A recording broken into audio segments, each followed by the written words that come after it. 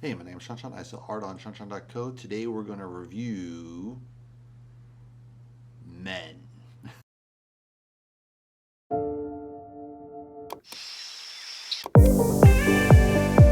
This is a film by Garland. He's a director-writer, so a combination, so very few inputs, which is nice. You get like a really clean story that way.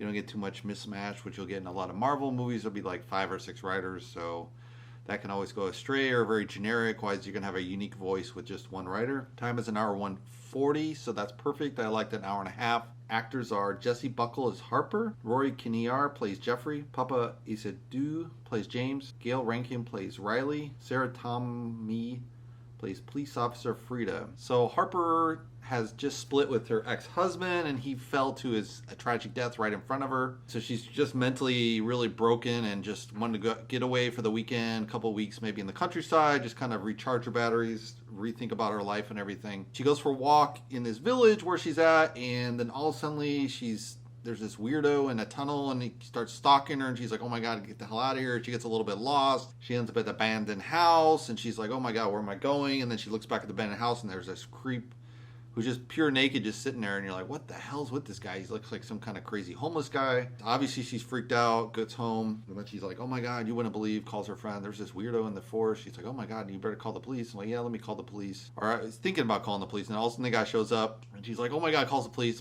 shows up, arrests the guy. She's like, okay, thank god. She goes for a walk to the pub, which is down the block, I guess, in town. She shows up at the church and meets the church member and kind of confesses to him about what happened with her husband. And then she has a pint at the pub, and then she goes back home, and then all chaos just breaks loose, right? And that's kind of the end of the film. Obviously, there's a crescendo here with a really super bizarre ending. So anyway, I think they did a really good job on the creepiness. I mean, I don't think I want to take ever a vacation in the countryside, and I think in the countryside, English countryside, just really poetic, romantic, but they made this super creepy, and I was like, never want to go in the forest.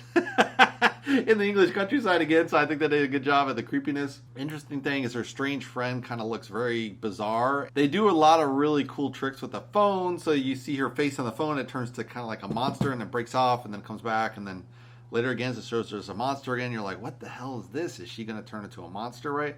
And she never does, but it's a great kind of false lead in the story to kind of throw you off in the beginning, but also suggests that there's some kind of monster nearby, right? Which obviously turns out to be the case with this weird guy showing up. Yeah, and her friend shows up at the very end to kind of save her, and then it turns out she's pregnant, and then she just witnessed all these weird birthing things of this monster she's seeing. So it's really just really fun, like, way to end the story, especially because the title flashes before she shows. So you're just like, why would they end the film that way? So it's like very symbolic, in a way. So I think they're suggesting a lot with what happens with her friend being pregnant. There's also this great build with the strangeness in this frontal nude shot of a guy just standing in the forest, like really far away. But it's interesting it passed the sensors, but he's obviously not having any sex or later, so it's not like it crosses the boundary at all to even soft porn. It's just grotesque, kind of like this weird homeless guy naked in the forest, which is just totally unusual because British tend to be very prudish, and in the countryside, I would say, more conservative, so they're always well dressed or at least clothed. When you get to the city, it's like any city, right? You get some weirdos in the city, but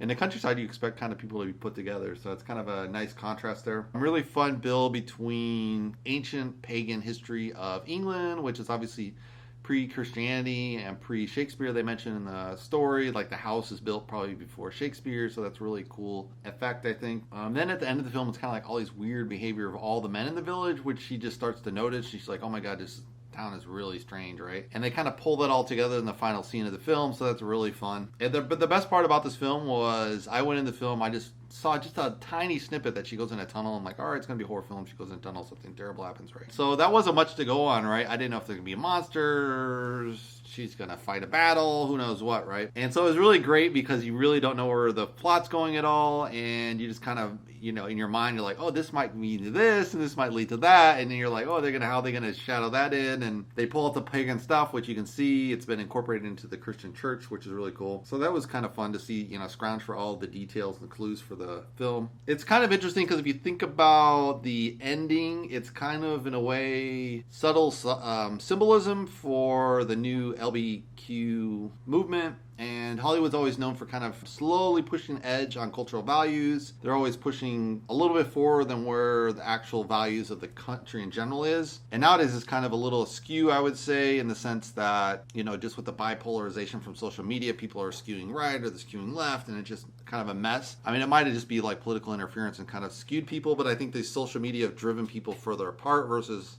like in the 80s, 90s, there would be difference in opinion, but kind of people would say, oh, they have this opinion, that opinion, but then they kind of come together. And social media has kind of driven people into more of these kind of tribal behavior, I would say, than before. It would have been just, oh, Bob at the bar has this weird view on politics, but now it's like Bob has 20 friends and you might have 200 friends. The guy Tom down at the other bar, he has another 200 friends and some other slightly weird political stance. So all these people start breaking off like flat earthers and extreme right, extreme left, etc. So you kind of starting to see the impact in Hollywood films a little bit. And also if you think about it too, they always, for example, back in like the 30s, 40s, like really conservative time in film, they might have like kind of a B film that would be like a lesbian film, but the lesbians always died. It's kind of like seen as, don't put this as my words, but they kind of say they, at the time, at that time frame, that era, it would be seen as perverse. So they had to die, you know, just because there was a perverse act, even though obviously it's totally natural for, you know, for most people, they're going to be like heterosexual, but there are, you know, homosexual is a natural tendency as well.